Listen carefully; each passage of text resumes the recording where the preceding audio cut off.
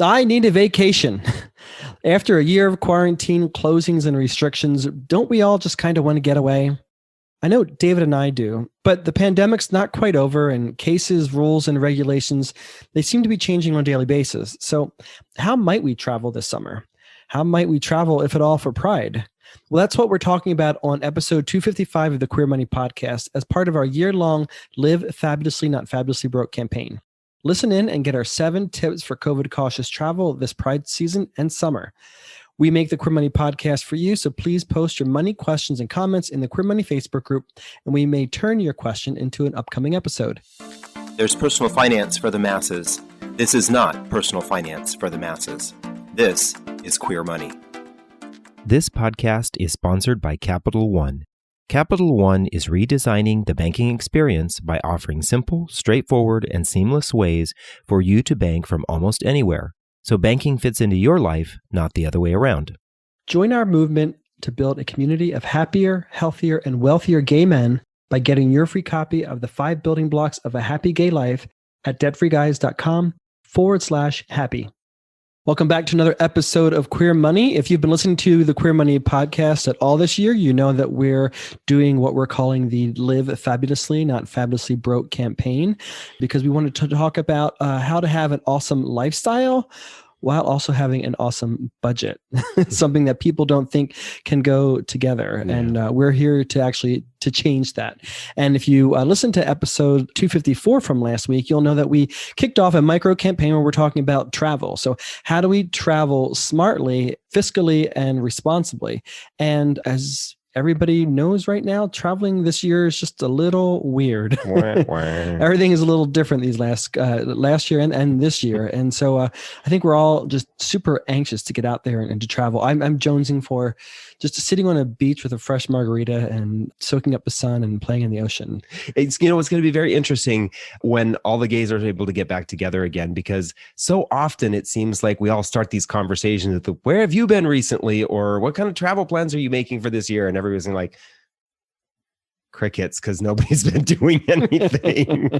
Yeah, and I think maybe most of the community probably feels the same way that I do, that I might need to go and buy a Speedo that's 1 or 2 sizes bigger than what I've actually got in my drawer right now.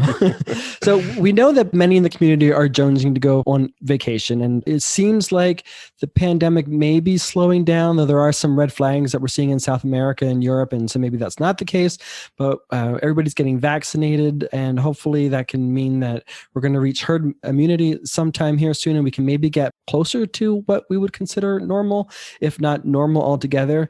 So we did a poll recently in a rather large gay Facebook group that has about 66,000 members, and the poll itself got about 1,000 responses. And we asked folks what were their intentions for Pride this year, because we know that for many in our community, traveling for Pride is a pillar of how they get out and travel the country, travel the world, and connect with the LGBT community all over the place. And Pride is just around the corner. Traditional Pride would be about 2 months away.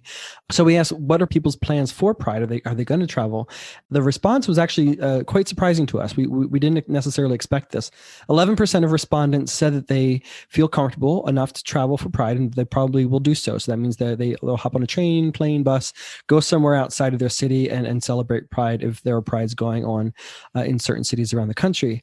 22% said that they're more likely to not travel, but they'll go to Pride in their own hometown.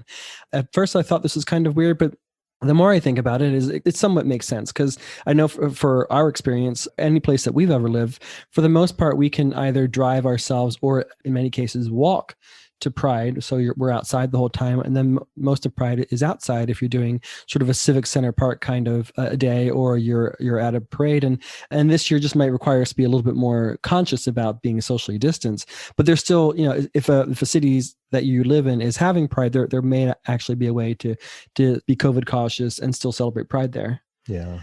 And then I think that's interesting that only 11% of people feel comfortable enough to travel. I think it's probably usually just the opposite, right? 89% of people probably feel comfortable enough to travel to another city for Pride, or they do plan on doing something for Pride. So this has really kind of flipped us all into the complete opposite mode of what we're normally in. It's upside down world. Yeah.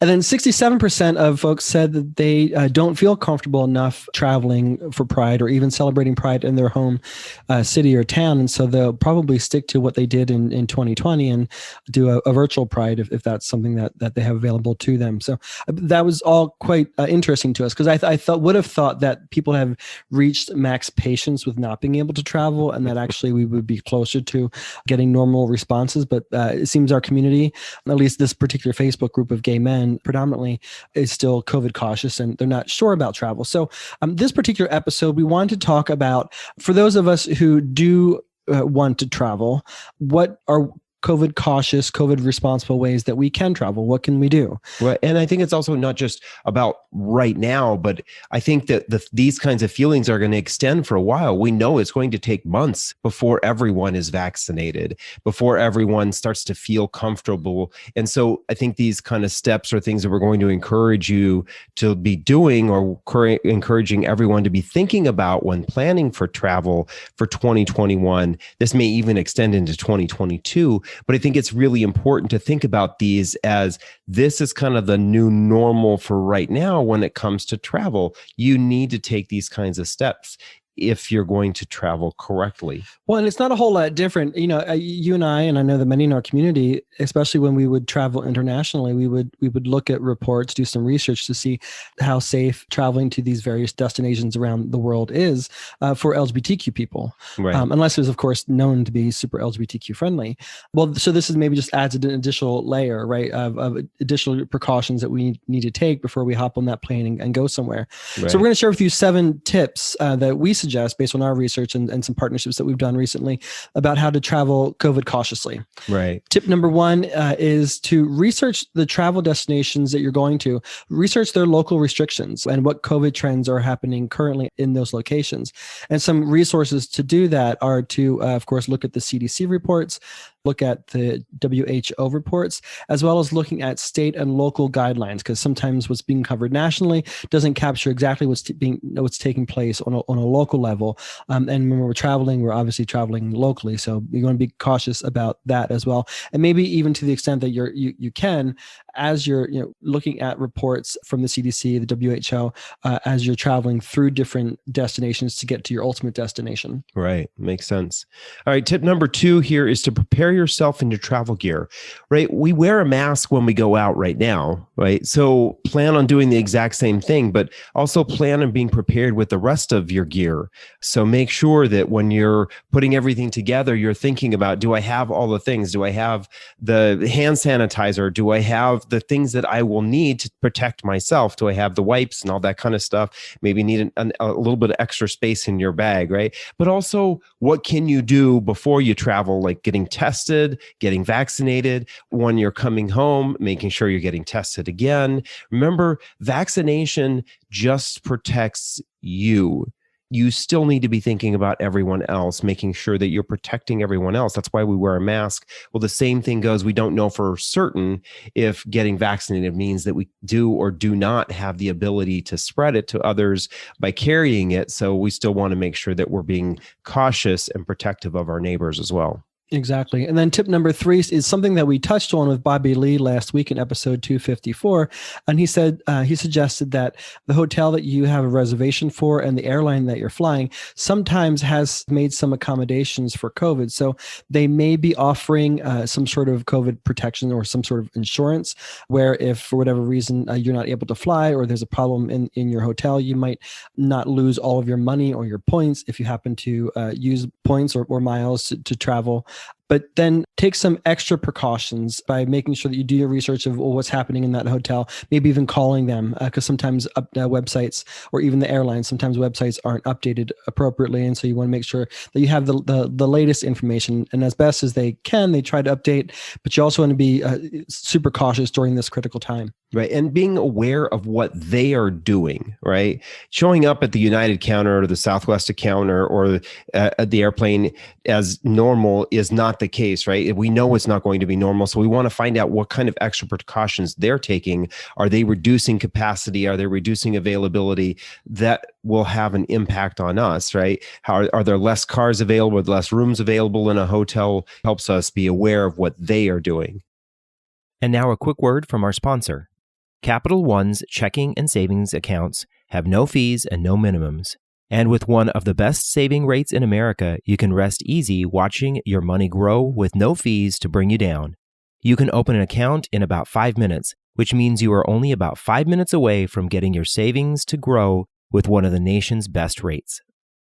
Point number 4 is another one that we talked about with Bobby last week, and this idea of getting additional travel insurance. Remember in that episode, if you haven't listened to it, go back and listen to it because there's a lot of detail in there. But one of the things that he talked about was making sure that you're looking at actual true travel insurance. What is offered through the hotel, the airline carriers, and the car rental companies is not actually true insurance because they cannot sell insurance. They're not insurance providers. So you want to go to kind of one of these open market or third party places that provide this kind of additional insurance. He gave some suggestions on that particular episode. Go back and listen to episode 254. Exactly. Then tip number 5 is to do some alternative travel. And by this, we mean consider doing a road trip or RVing or camping. We'll be publishing an article in April talking about gay camping, gay RVing, and glamping. For those of you who aren't familiar with glamping, maybe that's not something that you would typically do, not necessarily something that I would typically do, though we've done it in the past. But he doesn't like to get his fingernails dirty. But now might be the time to you can't have your traditional travel. You can't have things the way you necessarily want them to be. But if you want to travel, get away a little bit, have a vacation, spend some time with boys, maybe road trips, RVing, or a camping trip might be something that you might want to consider. We also last week just published an article in partnership with Orbitz about travel to Gay Vegas. And we have a whole lot of COVID cautious tips in there for those who do come to Vegas. I'm not myself entirely comfortable with what travel might be like via airplanes, but for those people who can do a road trip to Las Vegas or do hop in an RV or camp on their way to Las Vegas, that might be an option for those who kind of want to do a COVID cautious Vegas trip. Yeah. One of the other things, this is point number 6, is to think differently about your destinations, right? I mean, I think most of us, we all think about going on vacation. We want to go to those big gay meccas. Well, we know that we're not going to be able to be in the exact same kind of situations like we were before. So maybe think about remote or other kinds of accommodations, things like cabins in the mountains or beaches where they aren't packed with people, maybe a little bit less populous area where you can find a house to rent or an apartment rent or a condo to rent or something like that. You still get to travel. You may not have the exact same kind of experience, but you're able to more easily practice social distancing and not be tempted into the situations where you might be in a crowded space with a lot of people who maybe aren't as protective of their health as you are. Yeah, I think it's very interesting. I see some of these pictures of these packed beaches around the world, and I think to myself, there are so many more desolate beaches that you can go to that you can be more COVID cautious and still get access to the beach and the sand and the water and all that. But I don't know, people just love being around people. Yeah. Well, I think that's what it is, right? It's the social creatures wanting to be around other people. And maybe this is where it makes complete sense to do something like you had mentioned. The road trip, the RVing, the camping allows you to be around people, but in a smaller group of people. So you're being a little bit more productive. The same thing with maybe going to a cabin in the mountains or camping or these less populous beaches allows you to still be around a small group of people, get that social interaction, but you're not around of a bunch of strangers like we typically are when we go to Pride or to a lot of these gay destinations. I know, I can just picture seeing two queens, one on either side of the beach, both with bullhorns talking to each other. Right. And then tip number 7 is very Pride specific, right? We're all anxious to do Pride. Pride last year just wasn't the same. As best as we tried to do it virtually, it just didn't have the same excitement and warmth and emotions as traditional Prides. So for this year, our suggestion is, to the extent that you're comfortable and it makes sense in your area, if your town or city is doing a Pride locally, then maybe don't travel this year for Pride. Stick with what's local and try to be outside and as far apart from people as reasonably possible. But then also consider, because things do seem like they might be getting a little bit better, and this might, of course, become a bad recommendation depending on how things go. But maybe look for alternative prides that you don't traditionally go to that are later in the year. Right. For example, Phoenix typically has their Pride later. They have theirs in April, and we got confirmation that as of right now, they're still planning on doing their Pride in April. Montreal and Canada, they do theirs in August. So by then, maybe things will be a lot better, and we can actually get to Canada and celebrate Pride there. Or even Palm Springs, much later in the year, has their Pride in November. And we know that there are other cities and towns around the country or on the continent that have their Prides later in the year. And so maybe doing a combination of a road trip with the boys or renting an RV with the boys and road tripping to one of these destinations you might not typically go to, but has their Pride later in the year might be a little bit safer. And also maybe the pandemic will be a little bit more in control by the time you're able to get to that destination. Yeah, absolutely. And again, remember, this all changes day to day, week to week, month to month, right? I mean, a lot of us weren't expecting to have a second spike, and we did. I was promised that this would be over by last Easter. Someone told me emphatically several times that this pandemic would be over last Easter. Well, we all know about that person's mental capacities, and it is not. Right? So because things change so frequently, you're going to have to stay abreast of what's going on, right? Pay attention to what's going on at the destination you want to go to, even after you've booked your travel and your hotel, all that kind of stuff. Make sure you're checking in. So if things do change, you don't get surprised. If the things have changed significantly and you need to maybe back out of your plans, heaven forbid, right? You have to make a change, but it's to your benefit, right? To be better prepared. So absolutely. So thank you for joining us for another Queer Money. Hang on for your Queer Money takeaway from this episode. How does your bank support the LGBT community? Not at all? For Pride in June? Or 365 days a year? Capital One proudly supports the LGBT community throughout the year. Maybe it's time to support a bank that supports us. Go to debtfreeguys.com/cafe for more info. Queer Money is being brought to you in part by the 5 building blocks of a happy gay life. Join the growing community of happy, healthy, and wealthy gay men who love their lives inside and out. Get your free copy of the 5 building blocks of a happy gay life at debtfreeguys.com/happy. Those are our 7 COVID cautious tips for Pride season and this summer. We know you're eager to get away because, well, David and I are. So here's your Queer Money takeaway from this episode. As the pandemic seems to be winding down and restrictions are being lifted, think creatively and cautiously about how you might travel this summer. With the right care and attention, you can have an enjoyable and safe vacation alone, with your main love, or your gaggle of gays. Again, we make the Queer Money podcast for you, so please post your money questions and comments in the Queer Money Facebook group, and we may turn your question or comment into a Queer Money episode. Thank you, and we'll talk with you next week.